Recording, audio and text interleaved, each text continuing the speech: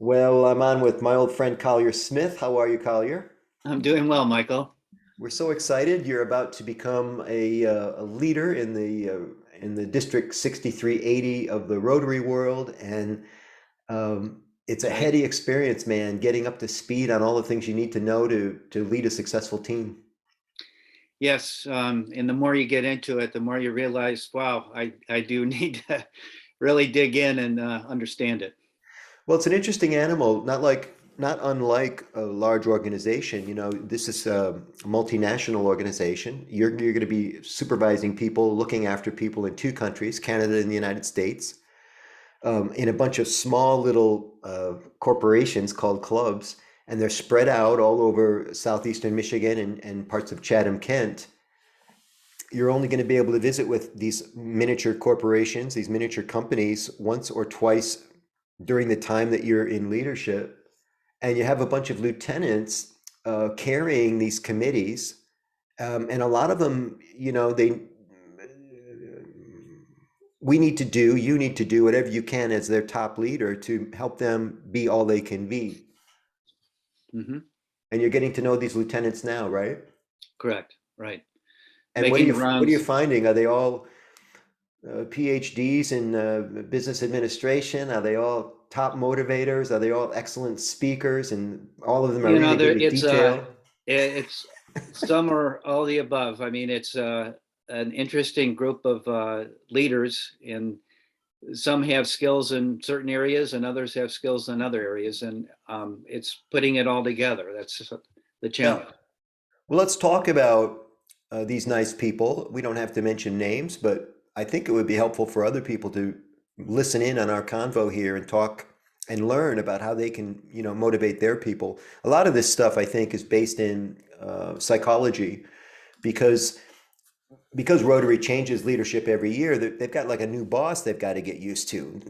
You could be working with a committee person who's worked with the last three district governors, the last three annual leaders, Mhm. and you're not like any of those other people. You are in some ways, but you're Collier Smith. And so, what is it that, you know, how is it that you can establish the bond of communication, totally understand that person, and have them totally understand you, so that like there's this hand in glove relationship where you're serving each other the very best it can happen? What are your early observations? Which communication platforms are working? What's the sweet time for a meeting, a sit down? Is it 30 minutes, 60 minutes? When do people start to feel fire hosed or a little bit under too much pressure?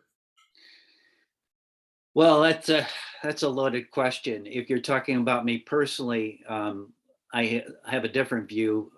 But what I am seeing is that there is an overload of communication, and probably in the sense of more communication is better than less communication. But sometimes it gets to the point where we're just getting so many bombardments of emails, the Zoom meetings. Um, I've talked with another organization, and I kind of sense it with ours as well, is that people are getting tired of Zoom.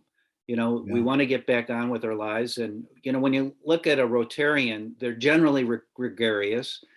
In fact, most of them are gregarious. They like being with people. That's the whole point of it. And um, being able to see smiles, and, if things aren't working, what do we do to change it? And that you don't necessarily get that on Zoom. It's in person that gets through that. So that's kind of my sense right now. Yeah. I'm making some notes here while we talk so I can serve you. Um,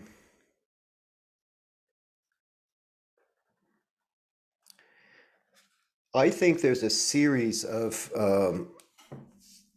messages that serve your lieutenants best. I want to run them down one at a time. They're not in any particular order, but the first one is remarkably simple, but it's almost always left out of the equation for various reasons. And that is you have to give people, um, what's the word? Not validation, although that's good. Um, you have to tell people that you believe in them. They have to know that you know they can do it. And we skip that step so often. We're just so glad to get somebody on the horn and we need three things from them. So we start yapping. Here's the three things I need. And we forget to tell them, Sam, I really believe in you. I'm so glad you're in this position. You are just the person for the job. I think we're really going to really enjoy working together.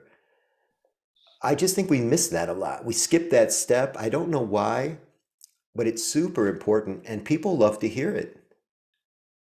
So that's the first step is this kind of I believe in you statement because people don't hear it often. And when they finally do hear it, it really resonates with them. Why don't you be the guy to say it to these nice people? The second thing they need to hear from you is they have to have permission to succeed.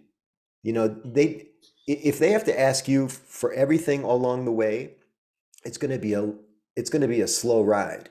But if you just give them permission right at the top, here's what I'd like to have you do this year. You have my permission to do whatever you need to do to get this done. I want you to keep me posted. You're not disconnecting from the communication, but you're saying I want you to have 100 people signed up for your program within 60 days or within 90 days. Give them a number. So listen to the tandem message. I want 100 people signed up within 90 days. I believe in you. You are just the right person for this job. I mean, so far so good. Isn't this the kind of thing that people want to hear? Right. Uh, and then the third thing that they need is they need tools. They have the tools and the connections to get it done. And if you have to be the guy to always be handing them the screwdriver, the saw, the hammer, then you're not going to be able to do your job. So they've got to be able to figure out how to use the screwdriver on their own time, apply it in the way that it needs to be applied, and keep their tools clean and handy for the next time they need them. And and so when I talk to people, I try to put all this on the table. Now, here's what you need to get the job done. And I go, do you have those? Do you have those things? And they go, well, I could really use somebody who knows more about this. I say, wait 1 second. I go into my phone. I say, here's the person. I'm texting you their contact name right now and number. And now you have that connection you just asked me for. So it's like this, like the Italians say, it's like this, you know, you've got everything you need now. And the next time we talk, because we have a standing meeting and you're going to let me know what's happening every month, you're going to let me know the progress. I'm not calling you, that's another thing. I'm not calling you to chase you down to find out what you've got going. I'd like you to initiate communication with me. And if we do it by text and it's working good for both of us, then we don't even have to do a Zoom call. To your point about people being zoomed out, we won't need to physically meet because you're banging it. Unfortunately, most people don't bang it. You end up having to do calls and you end up having to do visits and go knock on people's doors. But I think those are the three things: this I believe in you statement, the permission to succeed, and the third thing is making sure they have the tools and the connection that they need to get it done. And then you let them, assuming that you've made the right decision in the early going, that they are the right person for the job, that they're a good fit, they're not a square peg in a round hole. Mm-hmm. And the problem, of course, if you have 10 committees, you have to do this with 10 people.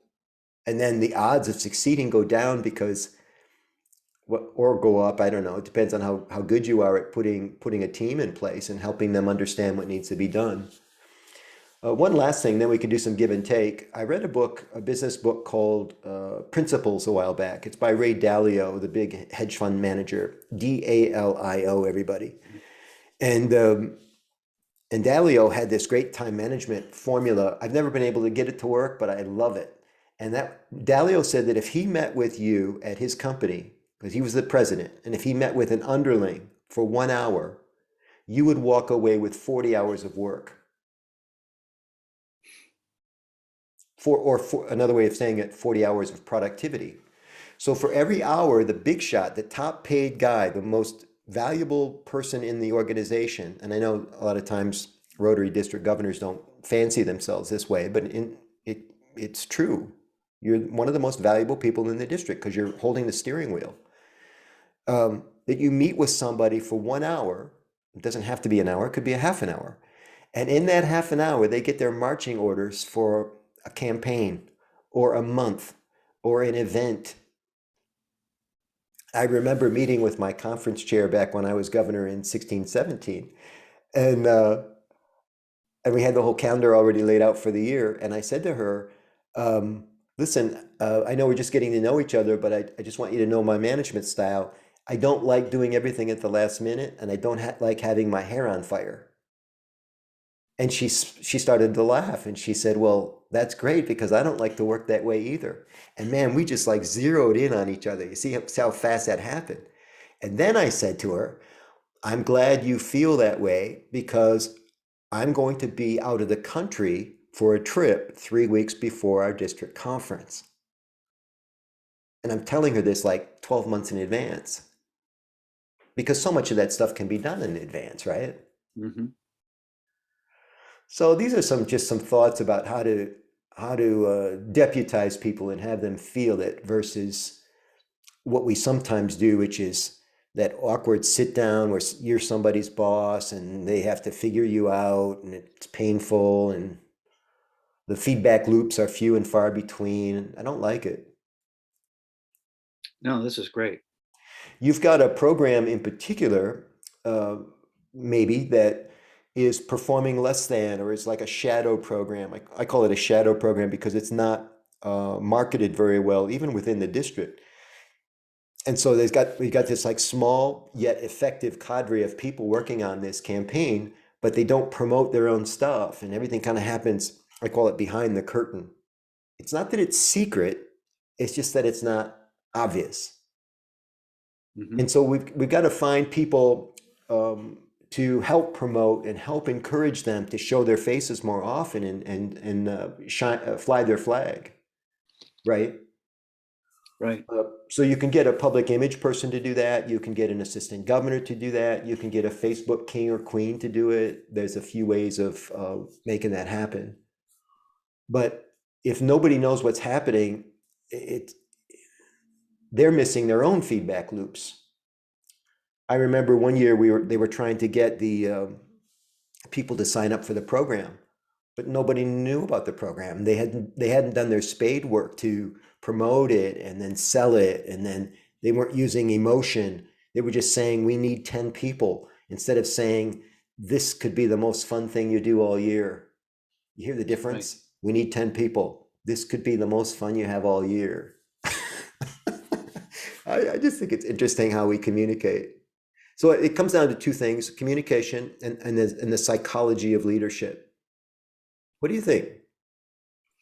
No, I like the ideas that you've pointed out, and I believe in you and permission to succeed. And I see a lot of the things that I got involved in that had I known this, it makes a lot more sense. You're right. Okay. Any other questions? No, I just I'm looking forward to working on this program because I think it makes a lot of sense, particularly with my background, and I just want to make sure it succeeds. Yeah. Thank you, sir. You're going to be great. I'll do it with you right now. You're going to be great. You're the perfect person for the It's going to be job. fun. We'll see you later. All right. Thanks, Michael.